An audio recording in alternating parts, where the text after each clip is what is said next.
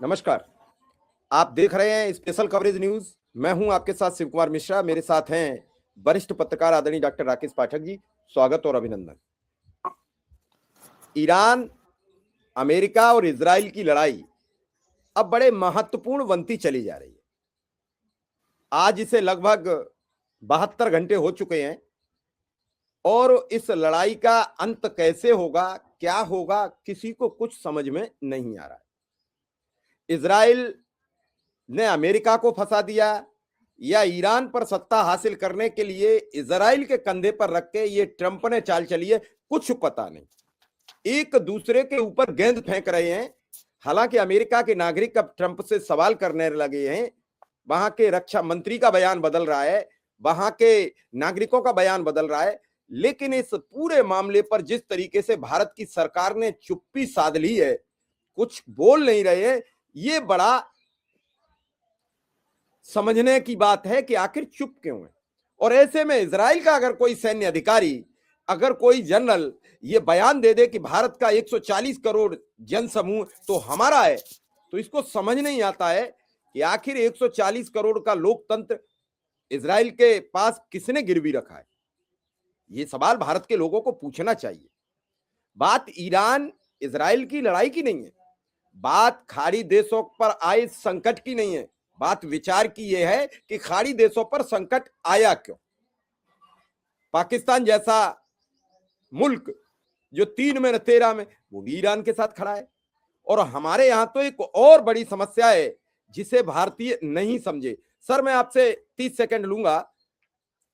बात 1994 की है, जब पूरे मुस्लिम कंट्रीज एक इस्लामिक जो इनका यूनाइटेड है उसमें बैठकर कश्मीर पाकिस्तान को दिए जाने का समर्थन प्रस्ताव कर रहे थे। उस समय पीवी नरसिम्हा राव ने विदेश मंत्री दिनेश प्रताप सिंह को भेजा और भेजकर ये बात कराई ईरान से कि आप उस पर दस्तखत मत करना।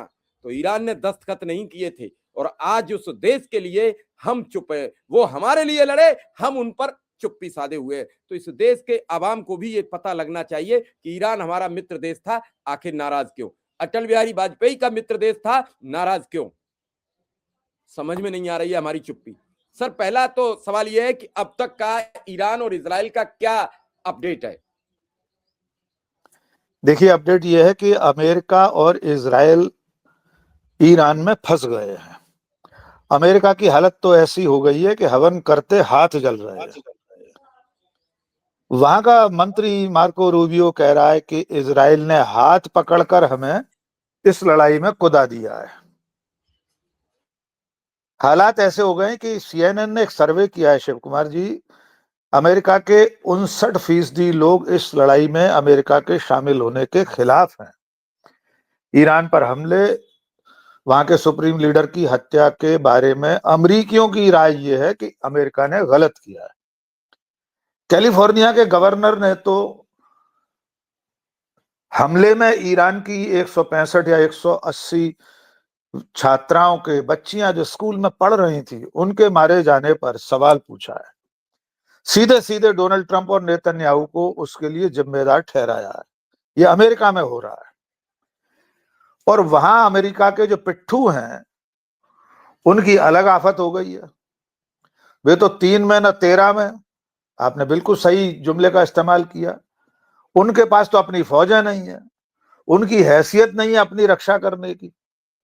जितने ये संयुक्त अरब अमीरात, सऊदी अरब, कतर, कुवैत, इनकी हैसियत नहीं है कि ईरान के सामने 2 दिन भी टिक पाए।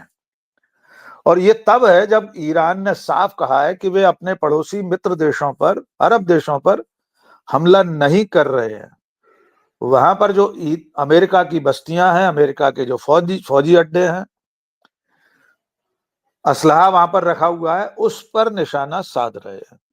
इतने में हालत ये हो गई है कि सऊदी अरब कह रहा है कि अमेरिका ने हमारा साथ छोड़ दिया है, हमको अकेला छोड़ दिया है, बीच रास्ते से छोड़कर भाग गए। इन सब देशों की हालत ऐसी है कि ये 2 पार्टों के बीच में पिस रहे हैं। अब आते हैं ईरान के जवाबी और मुंहतोड़ जवाब पर, हमले पर। ईरान ने पिछले 72 घंटे में, और खास तौर से अपने सुप्रीम लीडर की मौत के बाद, अमेरिका को ऐसा लगा होगा, पश्चिम को, बहुत सारे लोग हिंदुस्तान में भी बैठे बैठे ये सोच रहे होंगे कि अब अली खamenei की मौत के बाद ईरान घुटनों पर आ जाएगा। लेकिन वहां 56 इंची वाला नहीं, 560 इंच वाला नागरिक है वहां का। वो देश अपनी अस्मिता के लिए, अपने स्वाभिमान के लिए मर मिटने को तैयार है। वहां एक जमकरान मस्जिद है कोम शहर में, पुरानी प्राचीन मस्जिद है। उस पर जब लाल परचम फहराया जाता है तो ये माना जाता है कि ये युद्ध के आखिर तक लड़ने का ऐलान है। वो झंडा वहां लहरा दिया गया है, यानी ईरान ने इस लड़ाई को आखिरी दम तक लड़ने का फैसला कर लिया है। बीती रात भी बहुत भारी रही है, उसने जमकर यरूशलेम, तेल अवीव पर मिसाइलें बरसाई हैं। ईरान पर भी हमला हो रहा है, ऐसा नहीं है कि अमेरिका या इजराइल कमजोर पड़ गए हैं, वे भी लगातार मिसाइलें और ड्रोन बरसा रहे हैं। लेकिन इतनी देर टिके रहने का अर्थ यह है कि डोनाल्ड ट्रंप को यह कहना पड़ा कि लड़ाई 4 से 5 हफ्ते चल सकती है, जिस लड़ाई में अमेरिका खुद सीधे शामिल है। अब तक तो हम ये मान लेते थे कि ईरान के खिलाफ जो संघर्ष अकेले इजराइल लड़ रहा है, चलो कोई बात नहीं, 2 देश लड़ते रहेंगे, लंबी भी चल सकती है। लेकिन दुनिया का दरोगा, सर्वशक्तिमान अमेरिका सीधे जिस लड़ाई में शामिल है, वो अगर 4-5 हफ्ते चलने वाली, तो इसका मतलब यह है कि ईरान ने ऐसी सैन्य तैयारी कर रखी है जिसकी उम्मीद अमेरिका को नहीं थी। अब अमेरिका के सैनिकों के ताबूत लौटना शुरू हो गए। यहां इस बात को नोट कर लीजिए कि अमेरिका की जनता अपने नौजवानों को विदेशी धरती पर मरने के बाद ताबूत में लौटते हुए देखना बर्दाश्त नहीं करती। अफगानिस्तान और वियतनाम से इसीलिए लौटना पड़ा था अमेरिका को कि वहां जब अमेरिकी फौजी मारे जाने लगे तो जनता खड़ी हो गई थी। तो अब यह लड़ाई अमेरिका पर भारी पड़ती दिखाई दे रही है। भारत की भूमिका पर हम आगे बात करेंगे जी। सर, एक और बड़ा सवाल सामने आ रहा है कि इजराइल के एक सैन्य अधिकारी हैं, उनसे एक पत्रकार ने, किसी ने पूछा कि आप ये सब करोगे कैसे, तो उनका ये जवाब आया कि भारत के 140 करोड़ लोग हैं। तो ये इसका पूरा मायने क्या है, क्यों उन्होंने बोला, क्या भारत के लोगों को विश्वगुरु के द्वारा गिरवी रख दिया गया है जो दूसरा देश इस तरीके का बयान दे रहा है? देखिए शिव कुमार जी, हाल के दिनों का ये बेहद गंभीर बयान है। दरअसल में बात चल रही थी, वो इजराइल का जो जनरल है वो ये कह रहा था कि हम दुनिया को एयर डिफेंस सिस्टम सप्लाई करेंगे, बेचेंगे। पत्रकार ने पूछा, आपके पास तो सप्लाई प्रोडक्शन लाइन ही नहीं है, इतना कहां से बनाओगे, कारोबार, ये सब उत्पादन कैसे होगा? तो उस जनरल ने पहले तो ये कहा कि पूरा भारत हमारा है, भारत है ना। फिर उसने कहा 140 करोड़ लोग हमारे काम आएंगे, हमारा काम करेंगे। ये इतनी गंभीर बात है कि इजराइल का कोई जनरल किस हैसियत से शिव कुमार मिश्रा और डॉक्टर राकेश पाठक को अपना बंधुआ मजदूर बता रहा है। उसकी हिम्मत कैसे हुई 140 करोड़ लोगों को अपना कामगार बताने की? और अगर उसने ऐसा कहा है तो इसके पीछे क्या कोई समझौता है? क्या प्रधानमंत्री नरेंद्र मोदी की हाल की इजराइल यात्रा में कोई समझौता हुआ है कि पूरा देश इजराइल के हवाले कर दिया है हमने, आप जो काम सौंपोगे हम करेंगे, आप कहोगे एयर डिफेंस सिस्टम के कलपुर्जे बनाओ, नट बोल्ट बनाओ, तो हम नट बोल्ट बनाने लगेंगे, आप कहोगे कि छाता छतरी बनाओ, तो भारत के लोग छतरी बनाने लगेंगे। ये किसने हक दिया इजराइल के मंत्री को, जनरल को, कि वो कह दे पूरा भारत हमारा है? 140 करोड़ लोग, 1.4 बिलियन इंडियंस आर रेडी। हम तैयार नहीं है। मोदी जी तक हमारा संदेश पहुंचा दीजिए शिव कुमार जी कि अपने 140 करोड़ लोगों में से शिव कुमार मिश्रा और डॉक्टर राकेश पाठक के नाम काट दें। हम इजराइल के बंधुआ मजदूर बनने को तैयार नहीं हैं, हम उनके जर खरीद गुलाम नहीं हैं। और इसके साथ ही ये सवाल भी पूछना जरूरी है कि क्या प्रधानमंत्री नरेंद्र मोदी ने भारत को इजराइल के हाथों पट्टे पर दे दिया है? कोई बयानामा लिखाया है, कोई रजिस्ट्री कर दी है, कोई पावर ऑफ अटॉर्नी दे आए हैं इजराइल को कि देश के 140 करोड़ लोग अब इजराइल की मर्जी पर हैं? वो जैसे चाहे वैसे हमारा दोहन करेगा, वो फौज में लगा देगा, वो गोला बारूद भरने का काम करेगा, वो एयर डिफेंस सिस्टम की फैक्ट्री में काम पर लगा देगा भारतीयों को। ये ठेका किसने दिया और किसने नरेंद्र मोदी को यह अधिकार दिया कि वे देश की बिना इजाजत के, संसद को बिना संज्ञान में लिए हुए, उसकी सहमति लिए बिना दूसरे देश के साथ ऐसा समझौता कराएं? अगर उन्होंने समझौता किया है तो इजराइल के इस जनरल के बयान का खंडन प्रधानमंत्री की तरफ से आना चाहिए, विदेश मंत्रालय की तरफ से आना चाहिए। सरकार आखिर कब तक चुप रहेगी? अब तक तो डोनाल्ड ट्रंप की मनमर्जी के सामने हम चुप थे, सरेंडर थे। अब इजराइल का जनरल भी हमें कुछ भी आंक रहा है, हमको भेड़ बकरी समझ रहा है इजराइल। तो नरेंद्र मोदी जी इस देश को इजराइल या अमेरिका के हाथों गिरवी मत रखिए, गुलाम मत बनाइए किसी का। अमेरिका और इजराइल का उपनिवेश नहीं है भारत। भारत एक संप्रभु देश है, हमारी अपनी एक स्वायत्तता है, हम किसी के गुलाम नहीं है, किसी की मर्जी के गुलाम नहीं है। जी शिव कुमार। सर बात यह है कि अभी थोड़ी देर पहले लगभग 10 बजे के आसपास ईरान के विदेश मंत्री अरागची का एक बड़ा अहम बयान आया। उन्होंने कहा, मिस्टर रूबियो ने यह बात मानी जो हम सब जानते थे, यूएस ने इजराइल की तरफ से अपनी मर्जी से जंग लड़ी है, कभी कोई तथाकथित ईरानी खतरा नहीं था उसे, उन्होंने जबरदस्ती ये जंग लड़ी है। इस तरह अमेरिका और ईरानी दोनों का खून बहाना इजराइल फस्टर्स की जिम्मेदारी है। अमेरिकी लोग बेहतर के हकदार हैं, उन्हें अपना देश वापस लेना चाहिए, ये कह रहे हैं ईरान के विदेश मंत्री। लेकिन कौन किसका देश वापस लेगा? जो अभी तक की हम लड़ाई देख रहे हैं, अगर ईरान का नुकसान ज्यादा हो गया क्योंकि उनके सर्वोच्च लीडर की मौत हो गई, शहीद हो गए, लेकिन इसके बावजूद जो अमेरिका का दम्भ था कि अगर खामेनेई मारे जाएंगे तो उसके बाद ईरान घुटने टेक देगा। लेकिन यहां तो उल्टा हो गया है, ये सोच के तो झगड़ा हुआ नहीं था। अब इस उल्टे झगड़े में अमेरिका और इजराइल करे तो करे क्या? वो वाली बात है कि फिर गर्म दूध पी लिया है, ना उगल सकते हैं ना निगल सकते हैं।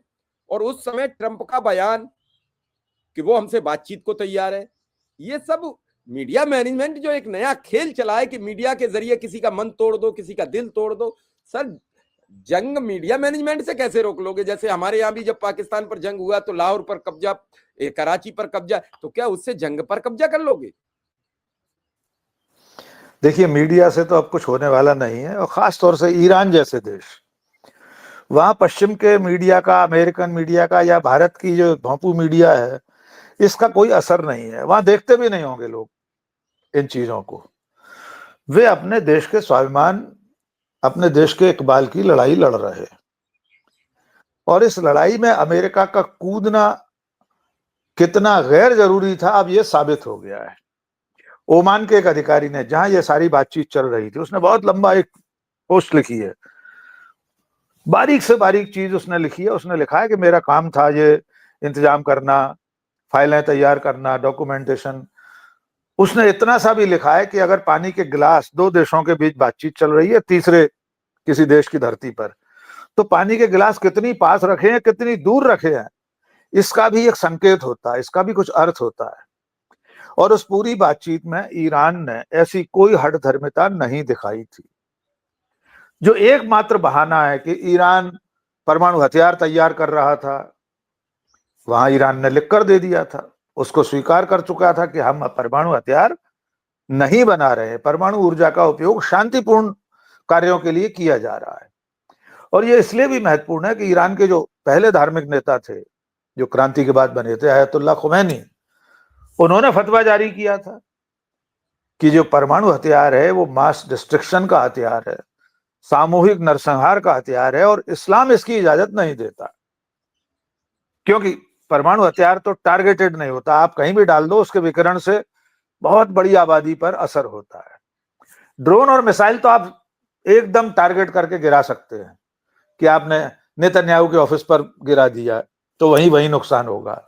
लेकिन अगर आपने नेतन्याहू के ऑफिस पर परमाणु हथियार गिराया होता, परमाणु बम गिराया होता, तो उसकी जद में बहुत बड़ी आबादी आ सकती थी। वो जो फतवा था खुमैनी का, उसी को इन वाले जो सुप्रीम लीडर थे, जो अब शहीद हो चुके हैं, अली खमनेई, उन्होंने भी दोहराया था। उस पर वे कायम थे कि हम तो बना ही नहीं रहे हैं। और परमाणु हथियारों की निगरानी के लिए दुनिया में एक बड़ी एजेंसी है, अंतरराष्ट्रीय परमाणु ऊर्जा एजेंसी। वो लगातार इस बात पर निगरानी रखती है, उसके पर्यवेक्षक आते जाते हैं तमाम देशों में।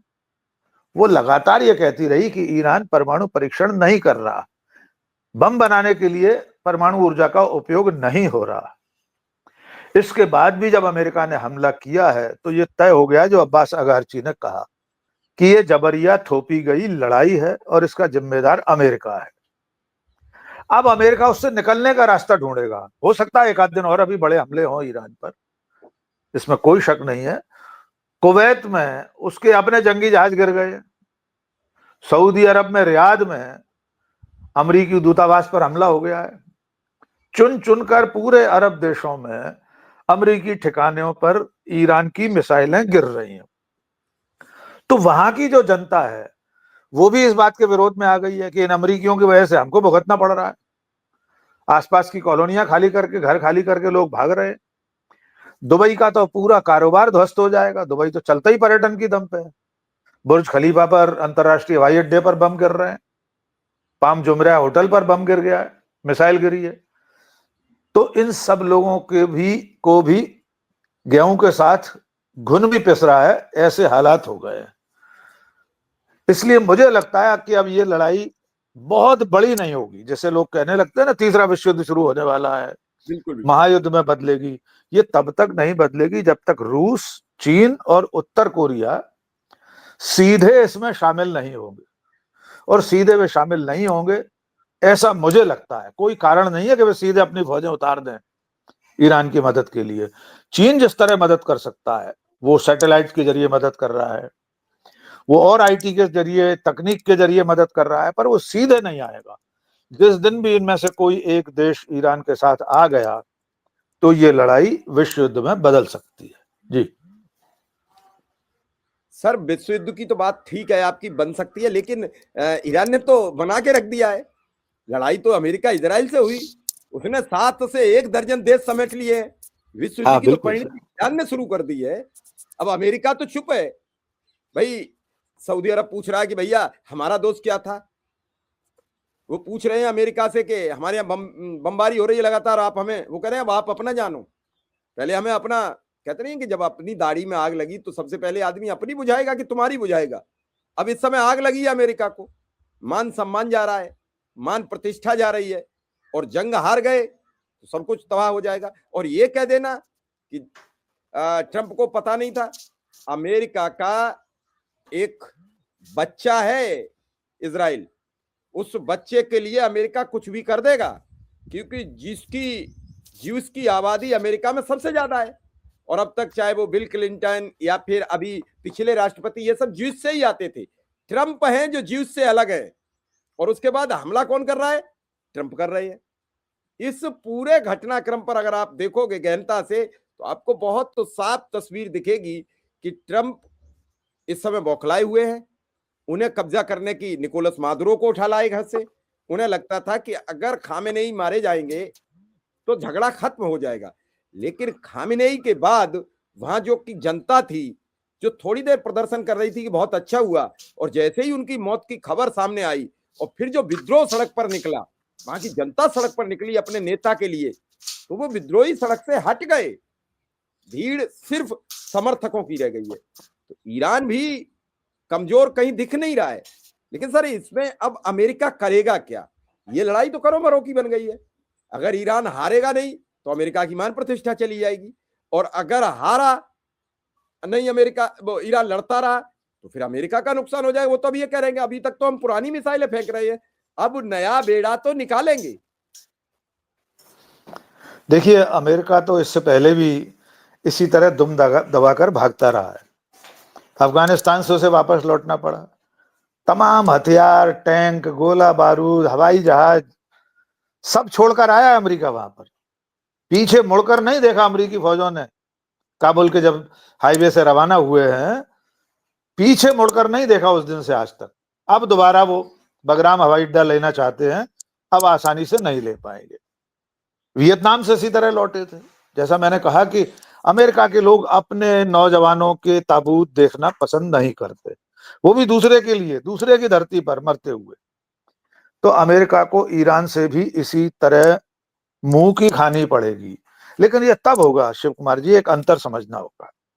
दुनिया की कोई भी लड़ाई जब तक जमीन पर न लड़ी जाए, अमेरिका, जैसा कि डोनाल्ड ट्रंप ने कल इशारा कर भी दिया है कि वे ग्राउंड ट्रूप्स भी उतार सकते हैं, आसमान से अगर अमेरिकी फौजी ईरान की धरती पर उतरे तो उन्हें वियतनाम और अफगानिस्तान से भी ज्यादा बड़ा विरोध सहना पड़ेगा। फिर जब सड़क पर, गलियों में, कस्बों में, शहरों में लड़ाई होगी, उसे बर्दाश्त करना अमेरिका के लिए संभव नहीं होगा। ईरान बड़ा देश है, आबादी भी ज्यादा है, तालिबान से ज्यादा पढ़े लिखे लोग हैं, वैज्ञानिक दृष्टिकोण से 1000 गुना आगे हैं तालिबान से ईरान के लोग। ईरान में महिलाएं बहुत बड़े स्तर पर वैज्ञानिक हैं, बड़ी संख्या में। हायर एजुकेशन में महिलाएं हैं 50% से ज्यादा। आपको खमेनेई का वो एक इंटरव्यू ध्यान होगा, एक छोटा बच्चा एक कहता है कि मैं शहीद बनना चाहता हूं। खमेनेई कहते हैं पहले पढ़ो लिखो, फिर वैज्ञानिक बनो। इसको अंडरलाइन कीजिए, उन्होंने ये नहीं कहा फौजी बनो, सिपाही बनो, अगर शहीद हो। उन्होंने कहा पहले पढ़ाई लिखाई करो, वैज्ञानिक बनो, देश के लिए, अपने लिए काम करो। जब बुजुर्ग हो जाओ, बहुत उम्र दराज हो जाओ, तब मौत के बारे में सोचना। तो जो धार्मिक नेता छोटे से बच्चे को वैज्ञानिक बनने की प्रेरणा दे रहा है, उसके देश में आप जमीनी लड़ाई जब लड़ने जाएंगे तो फिर मुकाबला बहुत कठिन हो जाएगा। तालिबान के पास तो छोटे मोटे रॉकेट लॉन्चर थे, AK-47 थे, थोड़े बहुत टैंक वैंक इधर उधर से अमेरिकियों से छीन रखे थे, रूसियों से छीन लिए थे पहले। लेकिन हम ईरान के पास तो सब कुछ है, उनके पास अपना सैटेलाइट है। तालिबान के पास सैटेलाइट थोड़ी था, उनकी जो लेकिन सर इंफॉर्मेशन एक सवाल टेक्नोलॉजी। बहुत गंभीर है। नेतान्याहू ने और मोहम्मद बिन सलमान ने क्या अमेरिका को फंसा दिया? इन दोनों की ये चौंच लड़ी थी और इस चौंच में पूरा एशिया फंस गया है। मिलियंस डॉलर बर्बाद हो चुके हैं सर अब तक। बिल्कुल हो चुका है। देखिए, लड़ाई तो बर्बादी ही लेकर आती है। अमेरिका को सिर्फ नेतन्याहू ने फंसा दिया, हम ऐसा नहीं मानते। हमें ऐसा लगता है कि अमेरिका खुद भी फंसा है, क्योंकि डोनाल्ड ट्रंप एप्स्टीन फाइल्स में इस कदर फंसे हुए थे कि उन्हें अपने देश के लोगों का ध्यान बांटने के लिए कोई ना कोई उपाय करना था। ईरान पर हमले से ज्यादा और क्या माकूल तरीका हो सकता था? इजराइल तो बरसों से लड़ रहा है ना, लेबनान में, गजा पट्टी में, फिलिस्तीनियों के साथ, हमास के साथ, हूती के साथ, कई जगह उनकी लड़ाई चल रही है। अमेरिका सीधे तो कभी शामिल नहीं हुआ था ऐसे। और ईरान से तो इस लड़ाई का कोई अर्थ ही नहीं था, अभी कोई मौका नहीं था इस लड़ाई में अमेरिका के कूदने का। तो इसलिए मैं दोहरा रहा हूं, कोई नस्खा भी है एप्स्टीन फाइल की? इजराइल के पास कोई नस्खा भी है? बिल्कुल, ये आया $1 मिलियन सवाल। देखिए, एप्स्टीन फाइल्स में सबसे बड़ा रोल इजराइल का माना जाता है, क्योंकि एक तो ऐसा माना जाता है कि जेफरी एप्स्टीन खुद मोसाद का एजेंट था। उसकी ट्रेनिंग इजराइल के एक प्रधानमंत्री रह चुके एहूद बराक ने की थी, उसे ट्रेन किया था। उसके पास जो कुछ रहा होगा वो इजराइल के पास होगा आज की तारीख में। एप्स्टीन के पास जो फाइलें थी, उसके कंप्यूटर में, उसके डिवाइस में जो कुछ मिला, उसमें से जितना अमेरिका के पास है, हो सकता है उससे इतर भी कुछ माल असबाब इजराइल के पास हो, नेतन्याहू के पास हो, मोसाद के पास हो। तो क्या यह मुमकिन नहीं है कि इजराइल अब डोनाल्ड ट्रंप को ही ब्लैकमेल कर रहा हो? ट्रंप की जितनी तस्वीरें, जितने वीडियोस अभी तक आ चुके हैं, वे कम आपत्तिजनक नहीं हैं, उससे भी आगे के हो सकते हैं। तो ये कौन भी हो सकता है कि ट्रंप को अपने देश में भी एप्स्टीन फाइल से बचना था, हेडलाइन मैनेजमेंट करना था और इजराइल के सामने मजबूर होकर लड़ाई में शामिल होना था। यह भी हो सकता है। लेकिन किसी और की भी चर्चा है, विश्वगुरु भी इस लड़ाई में कहां खड़े हैं, उस पर भी हमें बात करनी है जी। सर ये लड़ाई तो बड़ी ऐसे मोड़ पर फंसी है, अभी इस पर कुछ भी नहीं कहा जा सकता है और अभी कुछ भी कह देना बहुत जल्दी होगा। लेकिन एक बात बिल्कुल जो समझ में नहीं आ रही है कि एक एपिस्टीन फाइल ने पूरे विश्व में बवाल मचा दिया है। कुछ जेल जा रहे हैं, कुछ बेघर हो रहे हैं, कुछ के सर पर मौत का साया मड़ रहा है। आखिर उस फाइल में है क्या जिससे लोग घबराए हुए हैं? इसी के साथ आपसे सर इजाजत लूंगा। आपका बहुत बहुत आभार, बहुत बहुत धन्यवाद।